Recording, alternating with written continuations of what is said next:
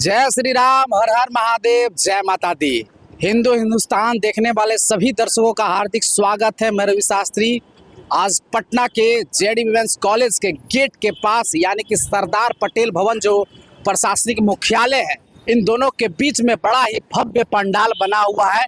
इस पंडाल का हम लोग जायजा लेते हैं, क्या तैयारी चल रही है और ये कब से पंडाल यहाँ पे बनता है, पूजा कैसे कैसे क्या होता है, विधिवत सब जानकारी लेते हैं। और पंडाल पे जो तैयारी है, यहाँ पेंट का काम चल रहा है। ऊपर में वो सब मिस्त्री जो आप देख रहे हैं वो पेंट से इसको पेंटिंग कर रहे हैं कि किस तरह से ये खूबसूरत दिख सके।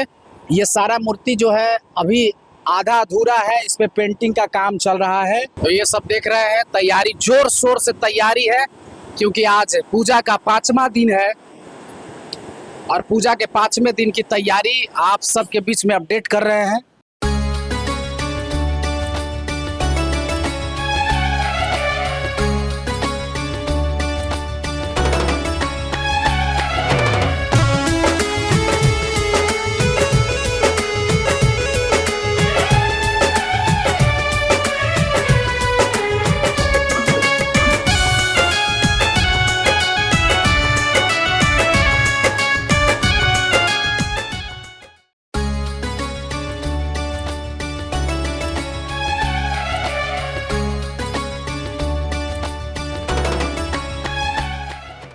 हिंदुस्तान चैनल पर हम लोग अभी आए हुए हैं जेडी वुमेन्स कॉलेज और प्रशासनिक भवन सरदार पटेल के मुख्यालय के बीच में।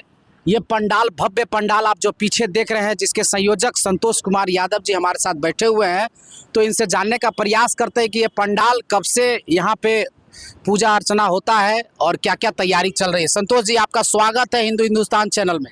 आपका भी बहुत बहुत स्वागत है हमारे पूजा समिति में। यह पूजा समिति 1992 से पूजा कर रही है। पहले यह बेली रोड पे होती थी, फिर उसके बाद यहाँ अब थोड़ा सा पीछे खसक गया, मतलब जगह एक्रोचमेंट के वजह से बेली रोड पर जाम लग जाता था। और युवा साथी सब इसके समिति के सदस्य हैं, उस समय भी और आज भी। तो 2025 में और पहले जितना तैयारी जो होता था, इसमें क्या अंतर है? बहुत अंतर आ गया। पहले सस्ता था तो सस्ती पूजा हो जाता था, महंगाई आ गई है तो महंगा पूजा हो गया है।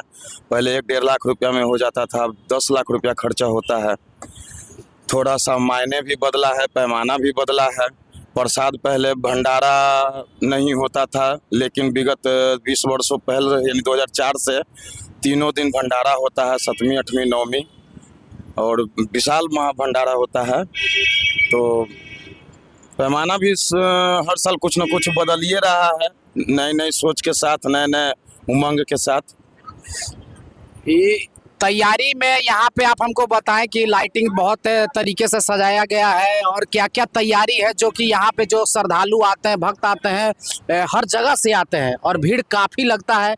दूसरा है कि कॉलेज है बगल में और बगल में आपका प्रशासनिक मुख्यालय भी है, तो इन सबको देखते हुए क्या क्या तैयारी है और बताएं।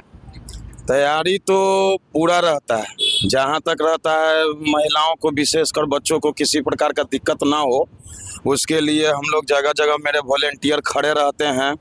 भीड़ को कंट्रोल करने के लिए प्रशासन के तरफ से भी लोग रहते हैं, वॉलेंटियर भी खड़े रहते हैं।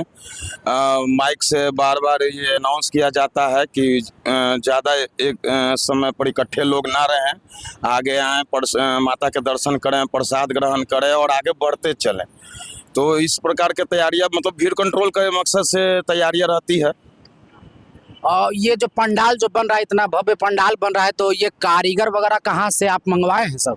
हाँ, ये कारीगर आए हैं गया से।